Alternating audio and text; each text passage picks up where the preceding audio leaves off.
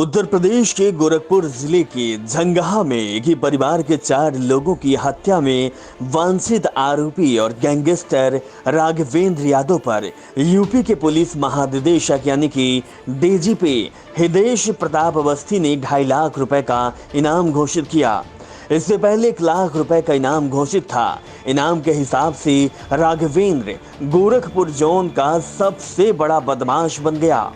इससे ज्यादा इनाम 90 की दशक में अपराध से दहशत फैलाने वाले माफिया श्री प्रकाश शुक्ला पर भी नहीं था। ओम प्रकाश शुक्ला पर 2 लाख रुपए तक का इनाम था। राघवेंद्र 10 अप्रैल 2018 को रिटायर्ड दरोगा जयहिंद यादव और उनके बेटे की गोली मारकर हत्या करने के आरोप से घिरने के बाद से ही भागा। एडीजी जोन अखिल कुमार के कार्यालय में मिली जानकारी के मुताबिक झंगहा के शातिर वांछित बदमाश राघवेंद्र यादव जोन का अब तक एकमात्र अपराधी है, जिसकी गिरफ्तारी के लिए 2.5 लाख रुपए के पुरस्कार की घोषणा की गई है। यह पुरस्कार एडीजी की सिफारिश पर डीजीपी ने घोषित किया है। आरोप है कि राघवेंद्र ने 2016 में मामूली विवाद में ही गांव के ही चाचा भतीजे की दिन दहाड़े गोली मारकर हत्या कर दी थी। उसके बाद फरार हो गया। हत्या में दर्ज मुकदमे के वादी और पैरवी करने वाले व्यक्ति के साथ भी रिटायर्ड दरोगा की वर्ष 2018 में गोली मारकर हत्या कर दी गई। दोनों मुकदमे की पैरवी में लौट रहे थे। इस मामले में भी राघवेंद्र पर हत्या की धाराओं में मुकदमा दर्ज हुआ था।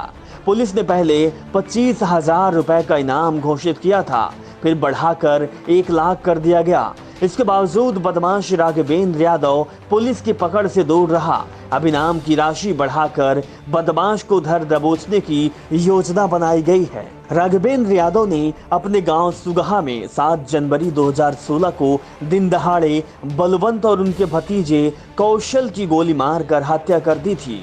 इस मुकदमे में राघवेंद्र के साथ ही राम लखन को भी आरोपी बनाया गया था।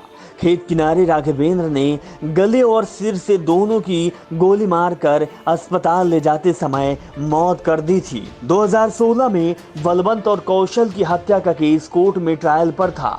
इसे मुकदमे की पैरवी करके लौट रहे रिटायर्ड दरोगा और मृतक कौशल के पिता जयहिंद यादव और उनके छोटे बेटे नागेंद्र यादव की गांव के पास ही गोलियों से भूनकर हत्या कर दी गई थी। इस हत्या को लेकर पुलिस पर कई सवाल भी उठ रहे थे, क्योंकि पास में पुलिस चौकी नहीं थी, लेकिन जमकर आगजनी और बवाल भी हुआ था। राघवेंद्र जब पहले लोगों की हत्या की तो उस समय वह फरार चल रहा था। पुलिस तलाश रही थी लेकिन पकड़ नहीं पाई। इस बीच गांव आकर राघवेंद्र ने दोबारा दुस्साहस घटना को अंजाम दिया। सरीहार से रिटायर दरोगा और उनके बेटे की गोली मारकर हत्या कर दी। यही वजह थी कि पुलिस प्रशासन को ग्रामीणों के गुस्से का सामना करना पड़ा था।